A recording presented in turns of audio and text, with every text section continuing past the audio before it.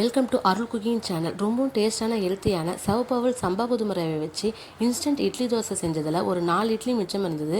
அதை வச்சு இட்லி உப்புமா செய்யலான்னு சொல்லிட்டு ஸ்டவ் பற்ற வச்சு ஒரு கடாய் வச்சு தேவையான அளவு எண்ணெய் ஊற்றி கடுகு உளுத்தம் பருப்பு, கடலைப்பயிறு, ஒரு 3 காஞ்ச மிளகாய், கொஞ்சமாக கருவேப்பிலை போட்டு கட் பண்ணி வச்சுருக்க இட்லியும் அதில் சேர்த்து நல்லா மிக்ஸ் பண்ணிக்கிட்டேன். அதுக்கப்புறமா 2.5 ஸ்பூன் கருப்பு உளுந்து இட்லி பொடி, தேவையான அளவு உப்பையும் போட்டு நல்லா மிக்ஸ் பண்ணியாச்சு. சூப்பரான சவப்பவல் சம்பா கோதுமை ரவையான இட்லி உப்புமா ரெடி. இது டேஸ்ட் நார்மல் இட்லி உப்புமா விட இந்த டேஸ்ட் சூப்பராக இருந்தது. உடம்புக்கும் ரொம்ப ரொம்ப ஹெல்த்தியான ஒரு ரெசிபி.